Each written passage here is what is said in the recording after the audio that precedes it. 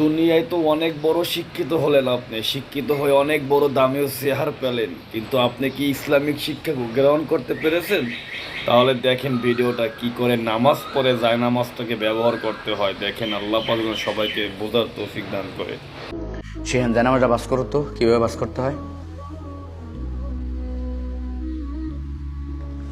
এই যে তুমি যেভাবে বাস করছো, এভাবে বাস করলে সমস্যাটা হচ্ছে, এই যে মনে করো এই জায়গায় যে সেজদা দেওয়া হয়েছে, এই জায়গায় কি দেওয়া হয়েছে, সেজদা, আর এখানে পা দিয়েছে।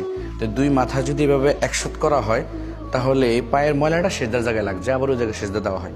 তো এভাবে ভাঁজ না করে যদি বাসটা এভাবে করা হয়, এইভাবে দুই পাট একসাথে করে এরপরে যদি লাগানো হয়, তাহলে সেজদার জায়গাটা একত্রিত থাকলো, পায়ের জায়গাটা পায়ে আলাদা থাকলো। তাহলে আর পায়ের ময়লাটা সেজদার জায়গায় লাগলো না। ঠিক আছে, তাহলে বাস করতে হবে কিভাবে, জানামাজটা এভাবে রেখে এই দুই পাট করতে হবে, এভাবে করে এরপরে এভাবে বাস দিতে হবে, তাহলে সেজদার জায়গা